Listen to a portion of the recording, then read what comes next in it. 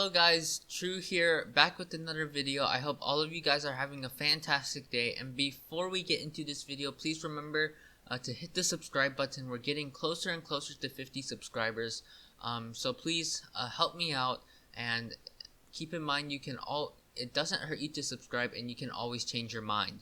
And while you're at it, please remember to hit the like button down below. It really helps out the video, and let's just get into how to beat Mill. So everyone who is watching this video has probably played against Mill and has some decent idea on how to beat Mill. But for those of you who don't, this is the video for you, basically. So first, let's go over the basics and what Mill is. What is the concept of Mill? The concept of Mill these days in our current format is to use Cinccino's Make Do ability to discard a card from your hand and draw 2 cards, and we want to set up multiple Cinccinos on the bench to be able to draw out our entire deck. And once we do draw out our entire deck, we can start milling our opponent using Belloba and Bressenman, discarding 3 cards from the top of each player's deck, and start decking out our opponent. And because we're at a 0 card deck, we don't get rid of any of our resources, as they are all in our hand, and we can utilize Oranguru to shuffle back in resources that we need, such as Belloba and Bressenman, but more commonly Pal Pad, which lets you get back more than just a Belloba and Bressenman, but like 2 Belloba and Bressenmans, Lieutenant Surge. Yeah, that's the concept of Mill.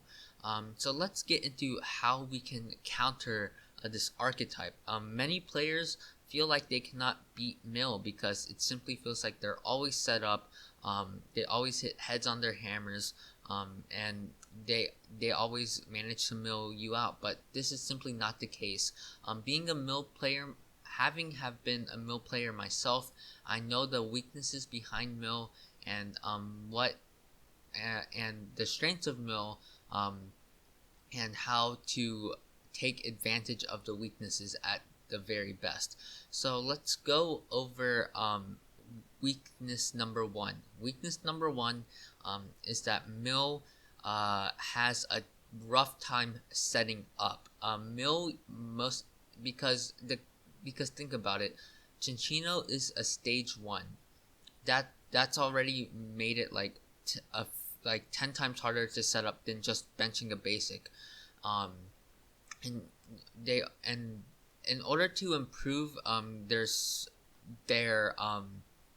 setup time, Mildex plays Zacian in order to use Intrepid Sword to draw 3 cards at the end of their turn. It really helps out Mill, but in order to take advantage of them benching Zacian, we want to take advantage of the Zacian and knock it out as soon as possible. So point number 1, early game, knock out our opponent's Zacians. This is very major, as our opponent is very Zacian dependent. Mill is extremely Zacian dependent. Zacian is what fuels them early game, mid game, and sometimes very rarely late game. So in order to gust up these Zacians, we want to utilize Boss's Orders, or even Fion if they just have one benched Zacian. So that's point number 1. Be aggressive early game and knock out our opponent's Zacians. Point number 2. Cinccino is our opponent's main source of draw power. Keep this in mind as you are playing against Mill. Cinccino,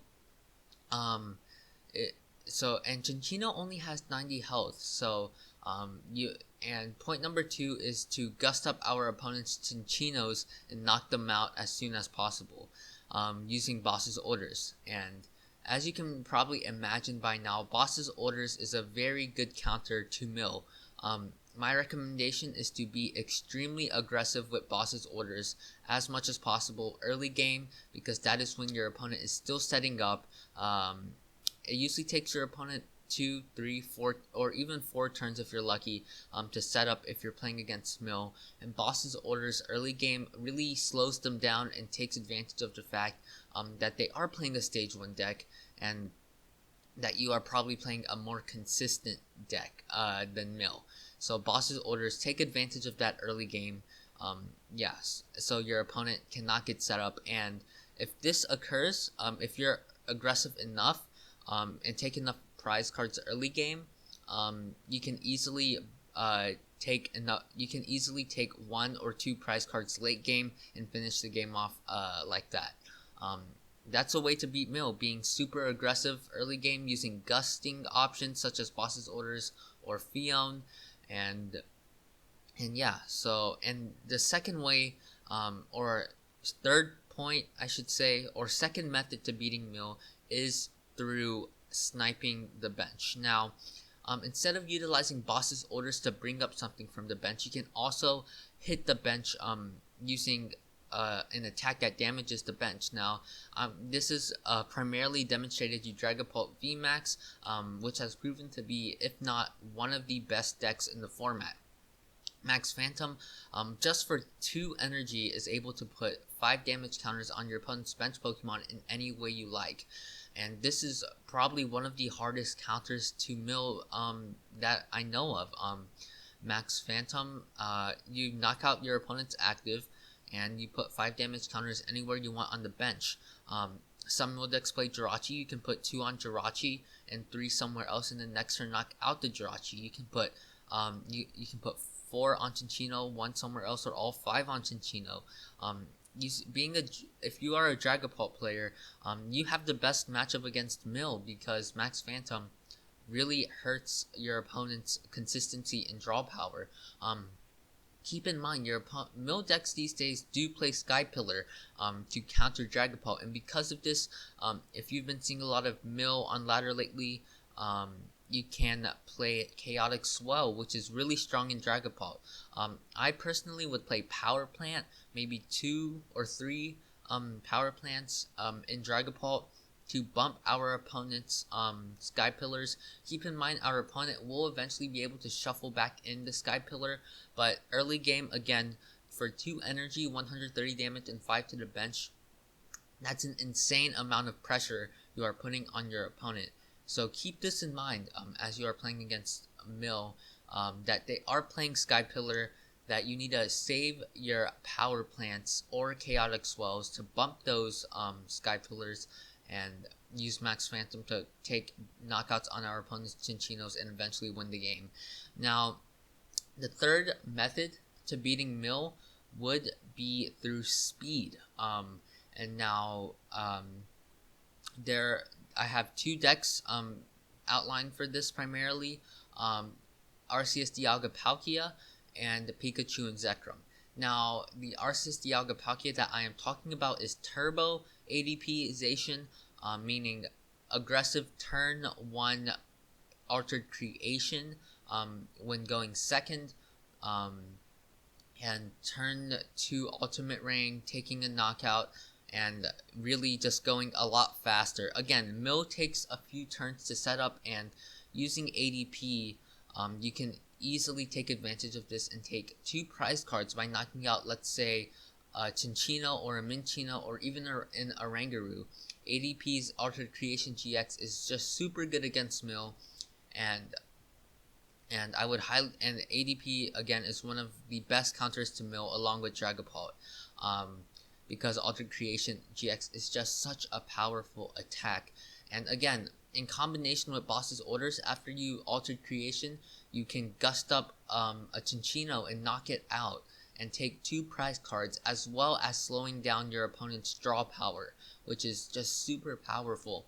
And Pikachu and Zekrom, again, we're looking for a turn 1 full blitz on our opponent. If you know you are playing against Mill, I would highly recommend going second and going for that turn 1 full blitz, putting that early pressure onto our opponent. Some Mill decks play Mew, some do not. It depends on the circumstance. If your opponent's not really set up, you can charge up your Pikachu and Zekrom to go for that greedy Tag Bolt GX and snipe one of your opponent's bench Pokemon.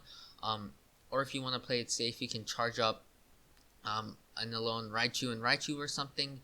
But Pikachu and Zekrom really fast, turn 1, 150 damage, super good, and Tag Bolt GX. I would highly recommend putting all 3 energy from Full Blitz onto Pikachu and Zekrom, because when you do Tag Bolt your opponent, you are again slowing them down so much, and you are taking an extra prize card as well. So it's a win-win. But if you know your opponent is playing Mew, then obviously don't charge up Tag Bolt GX, as they can come in with Articuno and remove all those energies. And that brings me to my next stage in how to beat Mill, is be aware of what Mill is playing. I've already mentioned Beloved and Bryson Man, Sky Pillar, but one of the techs that Mill plays is Articuno GX, and always be aware if your opponent is playing Fire Energy or Water Energy. If they are playing Water Energy, they will be playing Articuno GX, and never charge up too much energy on your active if they are playing Water Energy, because they can always Cold Crush GX you and set you back so much to where you are basically out of the game. Cold Crush GX is very solid in Mill, and just if you are playing against Mill, be very cautious about playing around this Articuno GX's GX attack. And another card that a lot of Mill decks play, I forgot to put it in, unfortunately, it will be the Persian. This Persian, if it's the Make Pay Persian that I am talking about. This Persian has an extremely powerful attack to where your opponent gets to discard cards from your hand and they get to choose. So in order to play around this Persian, always be aware when your opponent benches, let's say, a Ditto. Some Mill decks even play the Meowth themselves, but most Mill decks do only play the Ditto. So if your opponent benches a Ditto, be aware of how many cards are in your hand and play them out if you can as soon as possible. Sometimes you can hold on to them, but most of the time you want to play them out so you can get value out of these cards and they don't just get discarded by Make 'em Pay. So definitely play around Make 'em Pay, and if you are super scared of your opponent's Persian, you can always, again, Boss's Orders, bring up the Ditto or the Meowth that your opponent has benched, and you can always take a knockout on that Pokemon and prevent them from using Make 'em Pay. So that is another option to play around Make 'em Pay. Always play around Persian, because if you don't, it can catch you off by surprise and devastate your chances of winning the game. Now, to my last point, be conservative with your resources. Be aggressive early game, but be wary of how many resources you are getting rid of. For example, let's talk about Combozation, which also has a really good matchup against Mill, because they play a lot of energy and they play a lot of gusting, and they can take extra prize cards than they normally do. Combozation plays 3 Boss's Orders and 1 Great Catcher most of the time, and that's a lot of gusting. So and as a Combozation player myself, you need to hold on to your Boss's Orders. Unless you play the Mewtwo, then you can be more aggressive in discarding your Boss's Orders. But if you are not playing the Mewtwo version, you do want to hold on to your Boss's Orders early game to utilize them. Boss's Orders is really a key card in beating Mill, and just be wary of how many Boss's Orders you're getting rid of, or as in Combozation's circumstance, be cautious of how many Scoop Up Nets, Switches, and Metal Saucers you are getting rid of. All of those cards you normally don't want to get rid of, but in the Mill matchup, it is extremely important and vital to hold on to those cards, as switching your Zacian and taking constant knockouts on your opponent's Pokemon is extremely crucial. And just holding on to Switches, Scoop Up Nets, you want to hold on to Scoop Up Nets because that allows you to combo as much as possible, which is what you want to do. And Boss's Orders, it's pretty self-explanatory. You want to gust up your opponent's Pokemon. And another cool card you can tech in if you're super concerned about Mill is that Eldegoss V. It does take up a bench space on your bench, but Happy Match is an extremely powerful ability to let you put back a boss's orders into your hand and gust up one of your opponent's Pokemon. That is extremely powerful. And Float Up is also not a bad attack.